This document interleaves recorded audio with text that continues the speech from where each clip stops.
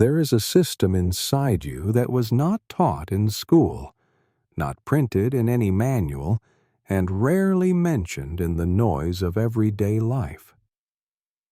Yet it governs your thoughts, your emotions, your actions, and even the path your destiny follows. It is as old as human consciousness itself, subtle, powerful, and often unnoticed. This system is not man-made, but revealed, uncovered by sages who sat in silence beneath trees, listened to the wind, and meditated upon the mystery of life. Thousands of years ago, in the cradle of the Indus Valley, yogis spoke of spinning wheels of energy. They did not have microscopes or brain scans. But through inner stillness, they perceived energy centers in the human body, gateways through which life force flows, rises, and transforms. These centers came to be known as chakras, meaning wheels in Sanskrit, because they spin like vortices, dynamic and alive. They are not organs of flesh and bone, but of vibration and consciousness. What makes this system secret is not that someone is hiding it. It is secret because we do not look inward. Our eyes are trained to scan the external world. But these wheels of energy are within, woven into the very architecture of your being. You don't need to believe in them for them to work. They are already shaping how you speak, how you feel, how you relate to others, and how you make decisions, even if you've never heard the word chakra. Before we go deeper, take a moment. If this message speaks to something inside you, write this phrase in the comments: I awaken the light within. And if you're feeling the pull of this knowledge, don't forget to like this video and subscribe to the channel. It tells the algorithm that this message matters and helps others find it too. The ancient seers identified 7 primary chakras, aligned along the spine, from its base to the crown of the head. Each one is linked to a layer of human experience, from survival to transcendence. They are not just abstract symbols. They are maps of our inner evolution. When a chakra is blocked or imbalanced, the corresponding part of your life struggles. When it is open and vital, that area flows effortlessly. The first chakra, Muladhara, sits at the base of the spine. It is the root, the foundation. Associated with the earth element, it governs survival, safety, and grounding. When this chakra is balanced, you feel stable, secure, and connected to the physical world. But when it is blocked, anxiety, insecurity, and fear take root. In ancient India, this chakra was honored through connection to land, family, and ritual. It is the soil from which all other growth emerges. The second chakra, Svadhisthana, is found just below the navel.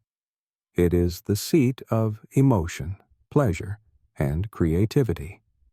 Like water, it flows.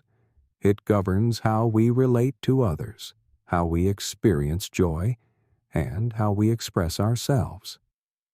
In tantric traditions, this chakra was not something to be suppressed, but understood.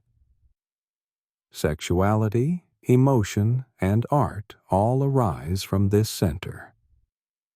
When it is in harmony, life feels juicy, alive, and inspired. When blocked, we feel guilt, shame, or emotional numbness. Moving upward, we find Manipura, the third chakra, located at the solar plexus. This is the fire center, the seat of personal power, will, and identity. In the Vedas, this fire was called Agni, the sacred flame that transforms and digests not just food, but life experiences. A strong Manipura means confidence, clarity, and direction. When it is weak or disturbed, we may feel powerless, angry, or lost in doubt. Ancient yogis would stoke this inner fire through breathwork, discipline, and tapas, the heat of self-transformation. Above it lies Anahata, the heart chakra, the bridge between the earthly and the spiritual. Its element is air, and its quality is love. Not romantic love, but expansive, unconditional love. Anahata means unstruck, the sound that is heard without being made. It is the silence in which love arises without demand, without expectation. When open, we feel compassion, forgiveness, and connection. When closed, we become guarded, bitter, or afraid to feel deeply. The fifth chakra, Vishuddha, resides at the throat. It governs speech, expression, and truth. The ancient sages believed that speech is a form of vibration, and vibration shapes reality. To speak truthfully is to align with the cosmos. Vishuddha is not just about talking. It is about listening, about expressing what is within, and about the courage to be authentic. A balanced throat chakra gives voice to your soul.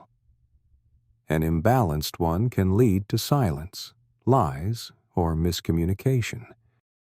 Ajna, the sixth chakra, lies between the eyebrows.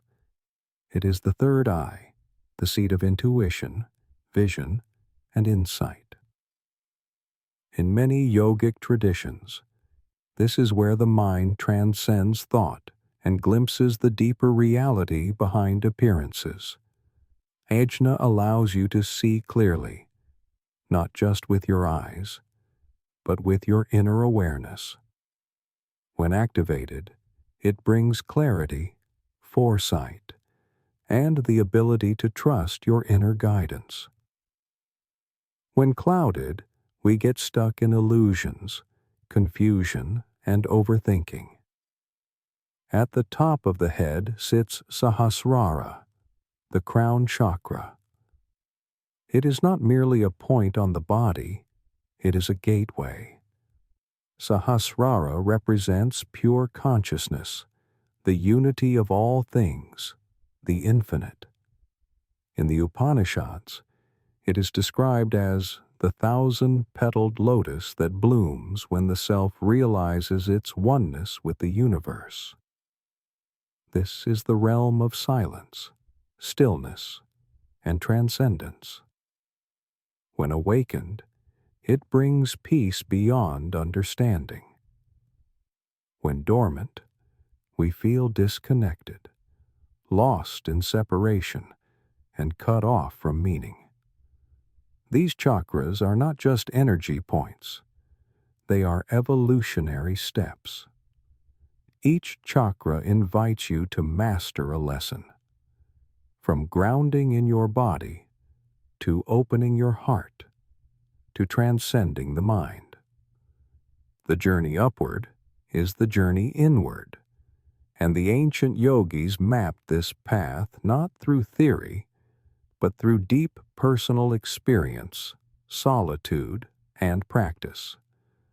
The beauty of this system is that it was never intended as dogma. It was an invitation to know yourself, to grow consciously, and to live in harmony with the flow of life. The more you align with these energy centers, the more you begin to feel as if life is not happening to you, but through you.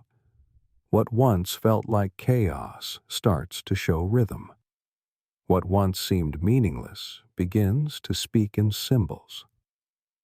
From the earliest Vedic hymns to the refined teachings of the Upanishads, and into the practices of classical yoga and tantra, this understanding of inner energy continued to evolve. Ancient sages did not see the body as a limitation, but as a sacred instrument, a vehicle for awakening. They studied not only its bones and breath, but its vibrations, its hidden flows. The chakras were not isolated ideas. They were part of a vast, integrated vision of the human being as microcosm of the universe. To know oneself was to know the cosmos. Each chakra resonates with a specific sound, a bija mantra. These seed syllables are not words with meaning, but pure sound vibrations meant to activate the latent energies within. Lam for the root, Vam for the sacral, Ram for the solar plexus, and so on. In meditative practice, chanting these syllables is not about performance. It is about tuning your inner frequencies. The body begins to vibrate in new ways. Awareness sharpens. Old patterns begin to dissolve. Color, too, plays a role. Not because of cultural convention, but because of resonance. Red for survival, orange for flow, yellow for power, green for love, blue for truth, indigo for insight, violet or white for transcendence. These are not decorations. They are part of the symbolic language the ancients used to describe inner realities that could not be put into ordinary words. Symbols, sounds, and practices combined into a holistic path of self-discovery. Over centuries, this wisdom passed from teacher to student, often in secret. It was not written down until much later. Even then, texts like the Shat Chakra Nirupana or the Yoga Kundalini Upanishad were coded, poetic, requiring guidance to understand. Why? Because power without preparation can harm. Awakening these centers too soon or without grounding can unbalance the mind. The sages insisted that wisdom must walk hand in hand with humility, and yet these teachings were never meant only for monks in caves. They are universal. In modern times, as science begins to explore consciousness, energy, and neurobiology, echoes of this ancient system appear again. We speak now of energy fields, of mind-body connection, of psychosomatic blocks. Yoga has become global, but beyond the poses lies the map, the original system that leads not only to flexibility of body, but to freedom of soul. There are modern interpretations, and they vary. Some describe the chakras in psychological terms, linking the root to basic trust, or the heart to emotional intelligence. Others relate them to endocrine glands, connecting ajna with the pineal gland, or manipura with the pancreas. These models help bridge East and West, and they serve a purpose. But beneath them all lies the original insight. You are more than what you appear to be. Within you moves a force older than time. The goal of chakra work is not to open them all as quickly as possible. It is to bring awareness to what is. Each center has wisdom. Each imbalance is a message. To feel ungrounded is not failure. It is an invitation to return to your roots. To feel a closed heart is not shame. It is a sign that love must be relearned. Healing the chakras is not about perfection. It is about presence, about listening, about honoring what you feel and what you are ready to transform. Breath is one of the most powerful tools in this journey. The yogic science of pranayama teaches that breath and energy are intimately linked. As you breathe consciously, you begin to stir the dormant energies at the base of the spine, what the yogis call kundalini. This is not a metaphor. It is an experience. Described as a coiled serpent, kundalini rises through the chakras, clearing, awakening, transforming. But she only rises when the vessel is ready, when the body is purified, the mind is steady, and the heart is open. This is why discipline, or sadhana, is central, not as punishment, but as preparation. Daily practices of stillness, breath, mantra, and contemplation begin to rewire the nervous system.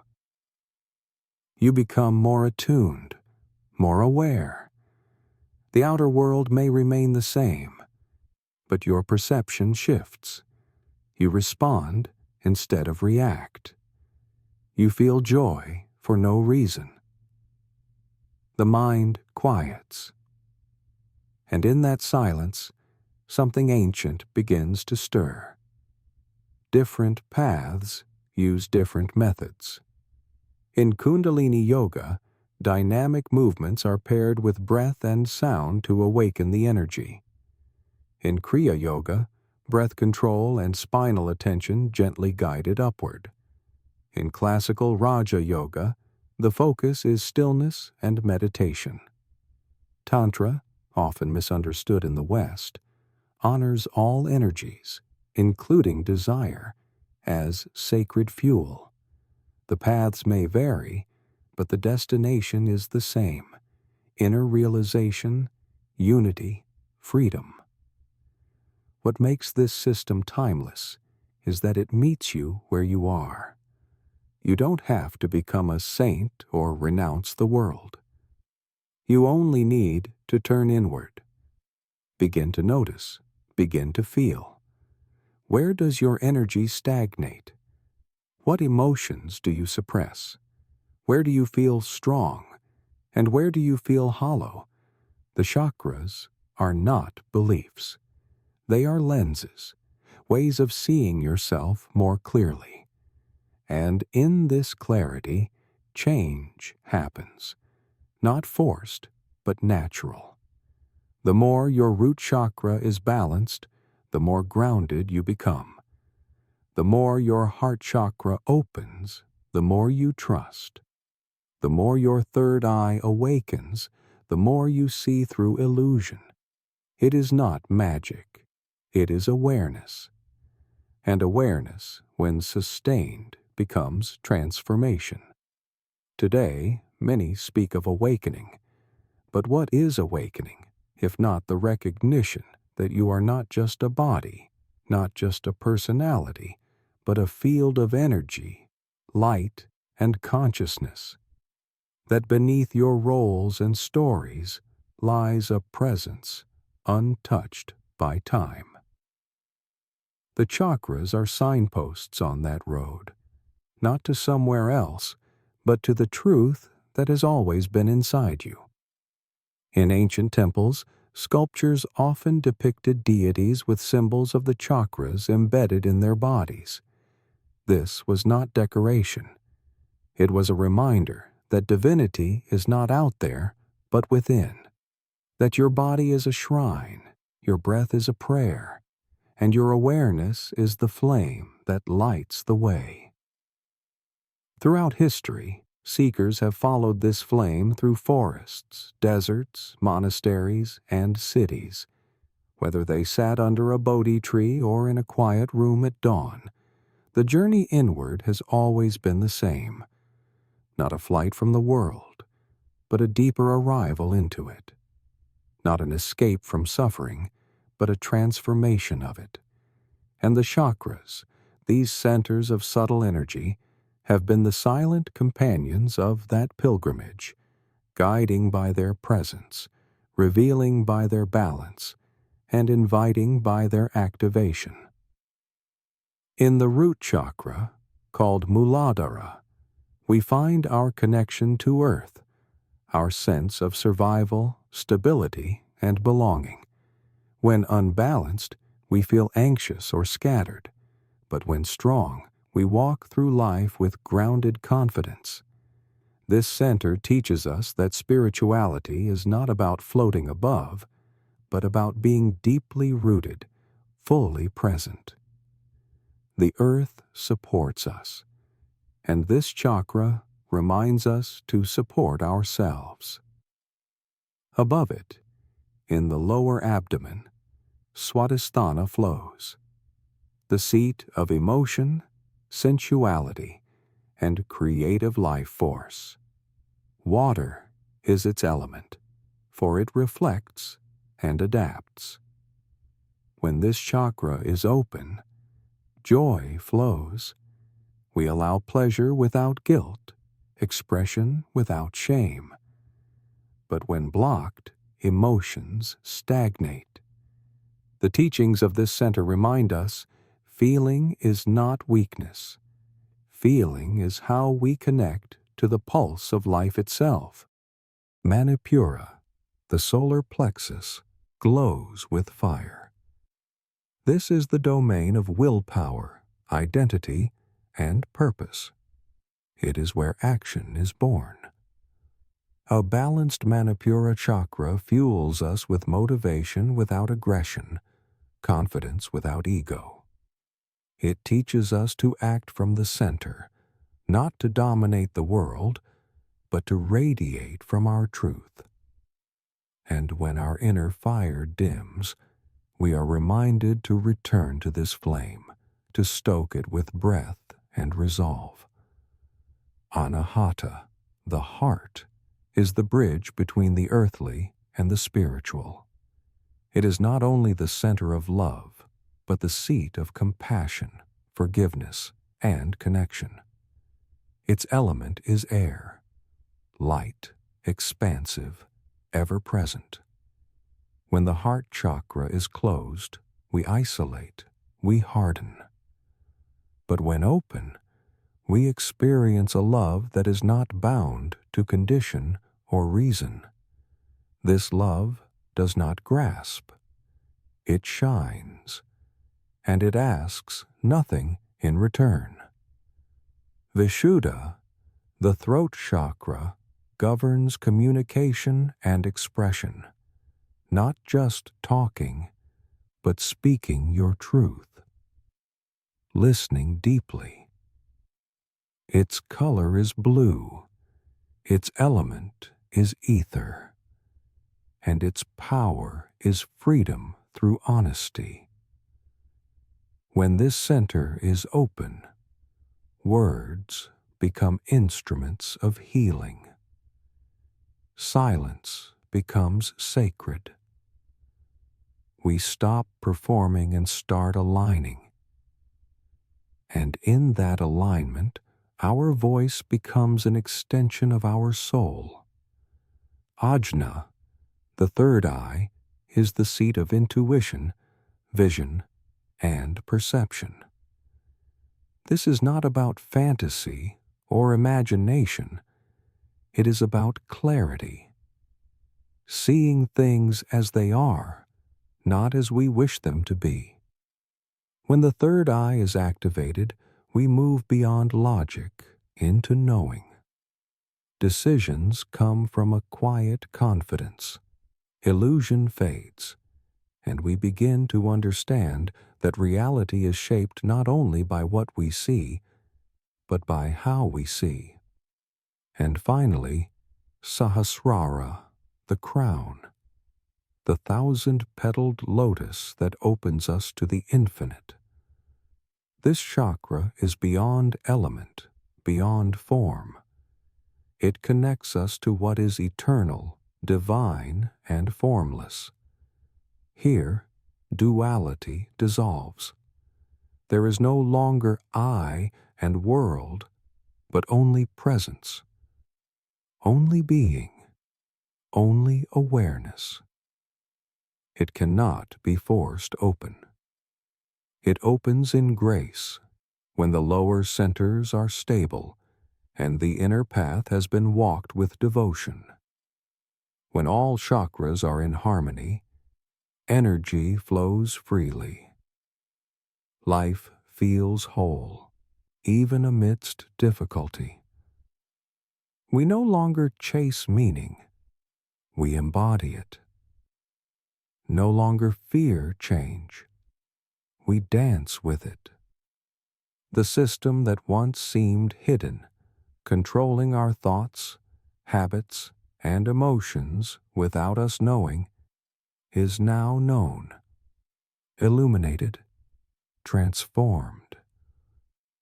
This is not the end of the journey, but the beginning of a new relationship with yourself, with life, with the sacred. The path of the chakras is not a straight line, it is a spiral. We return again and again, each time deeper, each time clearer. Healing is not linear. Growth is not constant. But every breath, every moment of awareness is part of the unfolding. You do not need to master the chakras. You only need to meet them, listen to them, honor them.